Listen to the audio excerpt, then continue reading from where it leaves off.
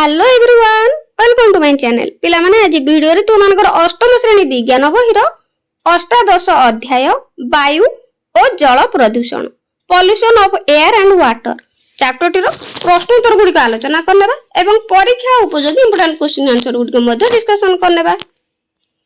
एक नंबर जल किपरि प्रदूषित होई थाए उदाहरण सह लेख। बहुत इंपोर्टेंट क्वेश्चन टी जल किपरि प्रदूषित होता है उदाहरण सह लेख। उत्तर निम्नलिखित उपाय जल प्रदूषित हुए यथा आई रे जल रे लुगापटा सफा कले, 2 आई रे जल रे गाड़ी मोटर धोइले, 3 आई रे विभिन्न शिल्परु निर्गत तरल आवर्जना जल रे मिसिले, आईवी रे रासायनिक पदार्थ और आवर्जना मिसिले। उदाहरण 1 गंगा नदी जो शहर और नगर दे बहुची सेथिरु बहु आवर्जना नर्दमा जल मृत शरीर और हानिकारक द्रव्य जल रे मिसुछि। लोक माने गाधेइबा लुगा सफा करिबा सह आवर्जना फूल देवदेवी को मूर्ति पॉलिथिन खोल इत्यादि एही नदी रे पकाई थांती। कानपुर ठारे 5000 रु अधिक शिल्प कारखाना रु तरल विषाक्त रासायनिक आवर्जना गंगा नदी रो जल रे मिसिबा बा मिसी एहाकु प्रदूषित करिथाय। उदाहरण 2 रायगड़ा पेपर मिल निर्गत तरल आवर्जना रे आर्सेनिक सीसा और फ्लोराइड र मात्रा अधिक परिमाण रे थाए। एही दूषित जल जोगु नागावली नदी रो जल विषाक्त हेउछि। एही विषाक्त जल रो प्रभाव प्राणी और उद्भिद मानक ऊपर पडुछि। 2 नंबर तुमे निज तरफरु वायु प्रदूषण कमाइबा पई किपरि सहाय्य करिवो जे तुमे वायु प्रदूषण ह्रास करिया पई कोन सब सहाय्य करि परिबो। उत्तर आइरे गाड़ी मोटर रे सीसा विहीन पेट्रोल जेमति कि सीएनजी पकाइबा। 2 आई जीवाश्म ईंधन बदल रे अणपारंपरिक शक्ति जेमति कि सौर शक्ति जल विद्युत शक्ति और पवन शक्ति व्यवहार करिबा। 3 रे वन महोत्सव पालन द्वारा वृक्षरोपण करिबा। आईवी रे जैव पदार्थ को न पोड़ी कंपोस्ट करिबा। भी रे उद्यान शक्ति द्वारा गाड़ी मोटर चलाइबा। भी रे प्लास्टिक जात द्रव्य को न पोड़ी ताहा पुनः चक्रण करिबा। भी 2 क्रशर गुंड रे सीमेंट मिसाई इटा तैयारी करिबा। नंबर निर्मल और स्वच्छ जल सर्वदा पान योग्य मतामत दियो। उत्तर आई रे छणा जंत्र रु निर्गत जल निर्मल मन हेउथिले मध्य एथिरे अनेक अणुजीव रही थाए।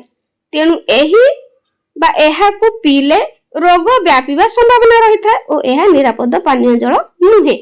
2 रे प्रदूषित जल व्यवहार करथिबा लोके हइजा टाइफाइड और जॉन्डिस आदि रोग रे आक्रांत होई थांती। 3 रे पानी को फुटाई ठंडा करी छाणी पीबा निरापद अटे कारण एथिरे जीवाणु माने मरि जाई थांती।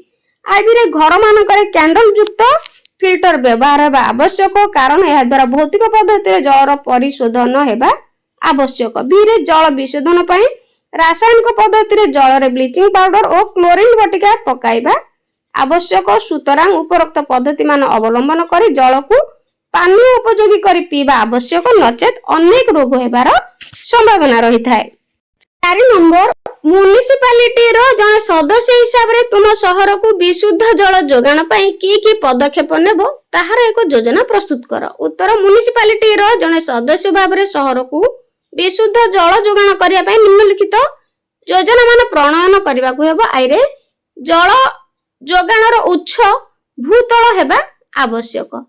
2 आई रे जल को मोटा पॉलिथिन पाइप रे प्रवाहित करबा को हेबो। 3 आई रे शिल्पानुष्ठान मानकरे जल विशोधन प्रकल्प प्रतिष्ठा करबा बाध्यतामूलक हेबा आवश्यक। आईवी रे जल जोगाण पूर्व भौतिक और रासायनिक पद्धति रे यार परिशोधन करबा आवश्यक। भी रे जल विशोधन पई रासायनिक पद्धति रे जल रे क्लोरीन बटिका बा ब्लीचिंग पाउडर मिसाइबा आवश्यक। भी रे पानीय जल प्रवाहित हेउतिबा पाइप जेपरि नर्दमा जल संस्पर्श रे न आसीबो सेथि प्रति दृष्टि देबा को हेबो। भी 2 आई रे जल संरक्षण सह एहार अपचय न हेबा पई बा जल अपचय न हेबा पई कम व्यवहार जेमति रिड्यूस पुनर्व्यवहार रीयूज और पुनः चक्रण जेमति कि रिसाइकल माध्यम रे सचेतनता सृष्टि करबा आवश्यक। भिरे विशुद्ध वायु और प्रदूषित वायु मध्य पार्थक्य दर्शाओ। इंपोर्टेंट क्वेश्चन अटे, भल भाव मन रखिबो। विशुद्ध वायु कौन, प्रदूषित वायु कौन? प्रथमे विशुद्ध वायु।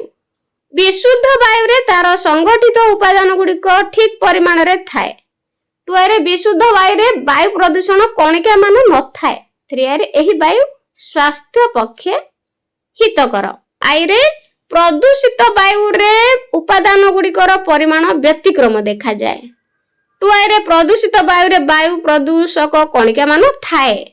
3 रे एही वायु स्वास्थ्य पक्षे अहितकर। भल भाव मन रखिबो। 6 नंबर, अम्ल वर्षार प्रभाव किपरि हुए वर्णना कर ओ एहा प्रभाव रे हमर की क्षति हुए। अम्ल वर्षार प्रभाव सल्फर डाइऑक्साइड और नाइट्रोजन डाइऑक्साइड भली प्रदूषक वर्षा जल सह मिसी अम्ल वर्षा बा एसिड रेन सृष्टि करती। SO2 प्लस H2O मिसी गई जो H2SO4, NO2 प्लस H2O मिसी गई जो HNO3। ताहले अम्ल वर्षार प्रभाव जनित क्षति। आइरे अम्ल वर्षा मार्बल पत्थर को क्षतिग्रस्त कराए। एहार प्रभाव रे मार्बल रंग हलदिया हो जाए। मार्बल एपरी परिवर्तन को मार्बल कैंसर कहा जाए। एहा मूर्तिकार कैल्शियम पोषक अपसारण करे। एहा धातव सौध को नष्ट करे। एहा बासगृह और पक्का घर ऊपर प्रभाव पकाई थाए। नदी और पुष्करिणी रे रहउतिबा जलचर जीवक जीवन चक्र रे बाधा सृष्टि करे। गछर पत्ररु सबुज कणा नष्ट होई हलदिया पड़ी जाए। मूर्तिकार अम्लत्व वृद्धि पाए, फल उत्पादन क्षमता ह्रास पाए। ताहले अम्ल वर्षार एगुड़ाक सब प्रभाव बा हमर क्षति घटाई थाए जहाँकि अम्ल वर्षा। 7 नंबर, सबुज कोठरी प्रभाव कौन? निज भाषा रे वर्णना कर। इंपोर्टेंट क्वेश्चन टे, सबुज कोठरी प्रभाव कौन? उत्तर, पृथ्वी पृष्ठ को सूर्यालोक उत्तप्त करि थाए। सूर्य रश्मिर किछि अंश पृथ्वी द्वारा शोषित हुए एवं अवशिष्ट महाकाश को फेरी जाए। एही प्रतिफलित रश्मिर किछि अंश को वायुमंडल धरि रखे, फल वायुमंडल उत्ताप वृद्धि पाए। 2 रे नर्सरी रे थिबा काच घर मध्य को सूर्यर उत्ताप प्रवेश करि पारे, किंतु एहा मध्य बाहरी पारे नाही। फल रे एही कोठरी रे तापमात्रा अधिक रहि थाए। एहाकू सबुज कोठरी प्रभाव बा ग्रीन हाउस इफेक्ट कुहा जाए।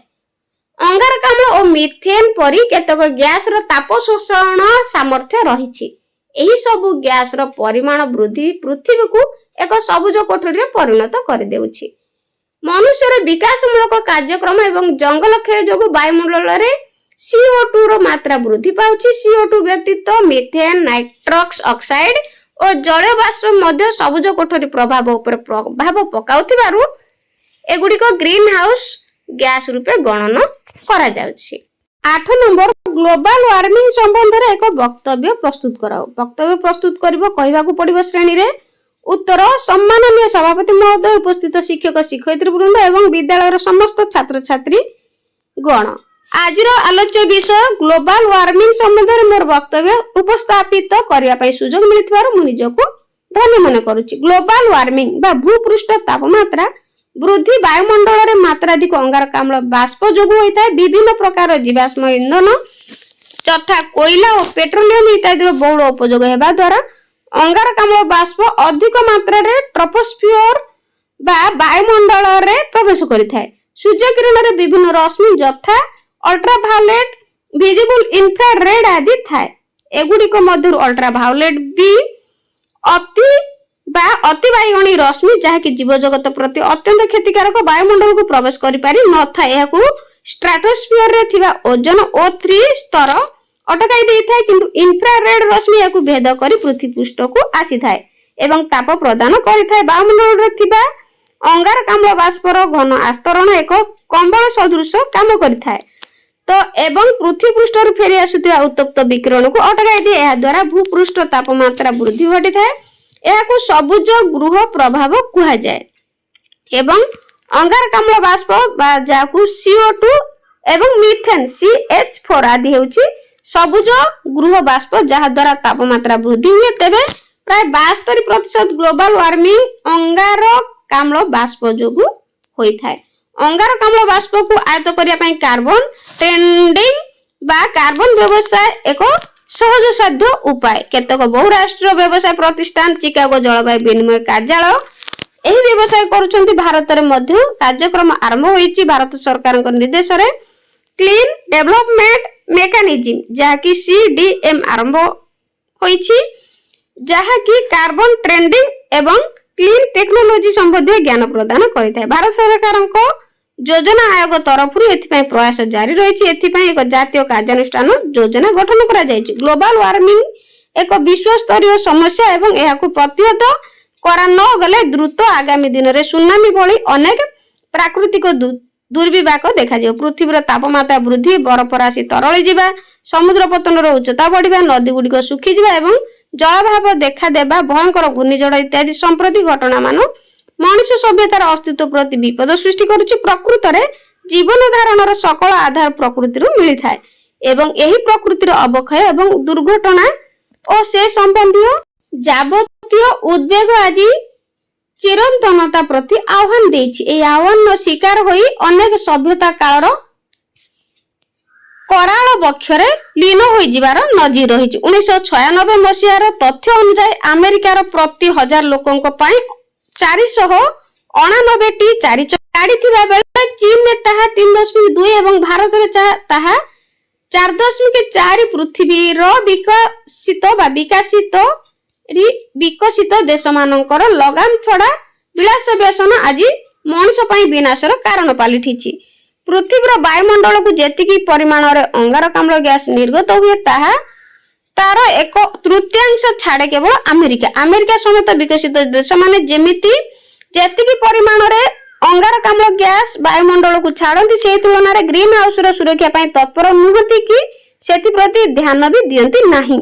ସେମାନଙ୍କର ଭୋଗ ବିଳାସ ସମଗ୍ର ମଣିଷ ସଭ୍ୟତା ପାଇଁ ବିନାଶର ବାଟ କଢାଇଛି। କୋଟି କୋଟି ବର୍ଷ ଧରି ପ୍ରକ୍ରିୟାକରଣ ଭିତରେ ପୃଥିବୀ ଯେଉଁ ସମ୍ପଦ ସୃଷ୍ଟି କରିଛି ସେସବୁ ମଣିଷର ଗୋଟିଏ ଜୀବଦଶା ଭିତରେ ନିଃଶେଷ ହୋଇଯାଇଛି।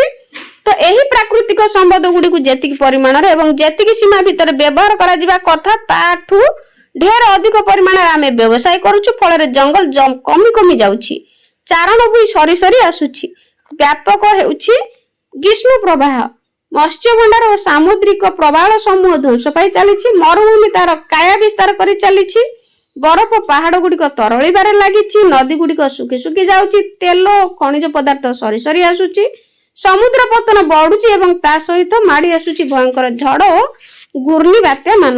ସଭ୍ୟତାର ଧ୍ୱଂସ ଦିଗରେ ଏହା ଯଥେଷ୍ଟ ସନ୍ଦେଶ। ଭୋଗ ଓ ବିଳାସର ପସରା ମେଲି ମୁଷ୍ଟିମେୟ ଲୋକଙ୍କୁ ସୁବିଧା ଭୋଗୀ କରାଇବାର ଧନତାନ୍ତ୍ରିକ ବ୍ୟବସ୍ଥା ଏହି ଧ୍ୱଂସାଭିମୁଖୀ ସଭ୍ୟତା ପାଇଁ ଦାୟୀ।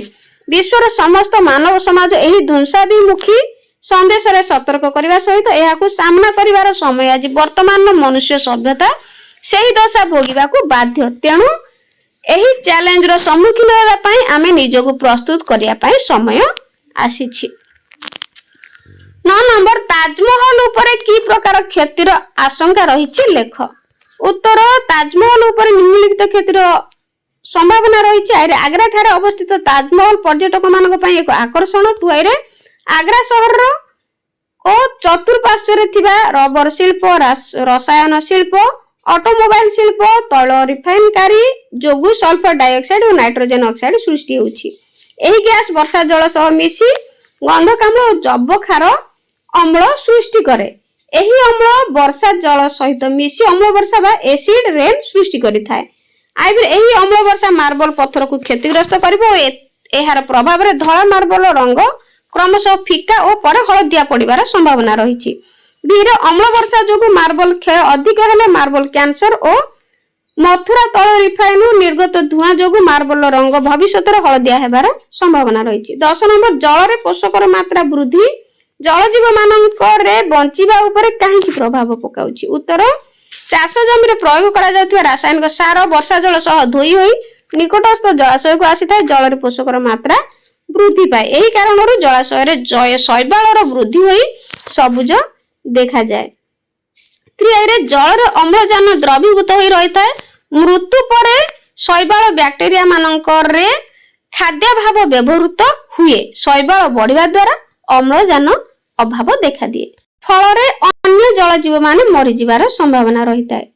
ତ तो 11 नंबर निम्नलिखित गैस मध्य केउंटी ग्रीन हाउस गैस नुहे carbon dioxide sulphur dioxide methane nitrogen तो यह मध्य ग्रीन हाउस गैस नुहे नाइट्रोजेन 12 नंबर शून्य स्थान पूर्ण कर आई आई रे वायु रे डैश प्रतिशत जबखारजान थाए तो वायु रे एठी लिखिबो 78% जबखारजान रही थाए। टू आई श्वास जनित समस्यार कारण डैश क्षमता ह्रास करे तो वायु क्षमता ह्रास करे। आई भी 3 आई कार्बन मोनोक्साइड रक्तर डैश क्षमता ह्रास करे अम्लजान परिवहन क्षमता ह्रास करे। आई भी कुहुडी और धुआं मिसी डैश सृष्टि करती स्मोक सृष्टि करती। बी ओजन स्तर डैश रश्मि को शोषी निए अति बाइगणी रश्मि को शोषी निए। भाई गंगा रो प्रदूषण डैश ठारे कानपुर ठारे बेसी होची तो एही शॉर्ट क्वेश्चन गुडी को बहुत इंपोर्टेंट भलो भाबरे मन रखिबो।